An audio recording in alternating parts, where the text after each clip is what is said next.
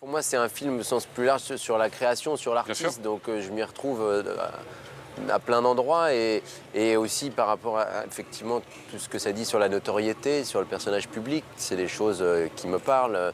Et aussi cette sorte d'isolement, cette solitude que moi j'ai pu ressentir. Je suis fils unique en plus, donc il y a une sorte de mise en abîme. Je pense que voilà, sur l'artiste, sur la création, sur le processus créatif et sur l'idée aussi de faire coexister création et industrie, qui est quand même une problématique dans le cinéma aujourd'hui. Je pense que si on veut trop raconter, on finit par ne plus rien raconter, donc il vaut mieux se concentrer. Et puis j'ai l'impression que pendant cette décennie, tout est quasiment dit. C'est un concentré dans lequel on a au début de la décennie encore un peu le jeune homme et à la fin de la décennie déjà presque la fin qui arrive. Donc elle raconte tout. Je pense que c'est la plus riche et la plus démente en termes de son travail, enfin du travail de Saint-Laurent. Et puis c'est une période aussi qui m'intéressait assez en termes d'époque, de montrer un petit peu l'atmosphère de ces années-là. Et c'est quasiment aussi la fin d'une époque, et c'était une des choses qui m'intéressait beaucoup. Je voudrais que vous travaillez pour moi.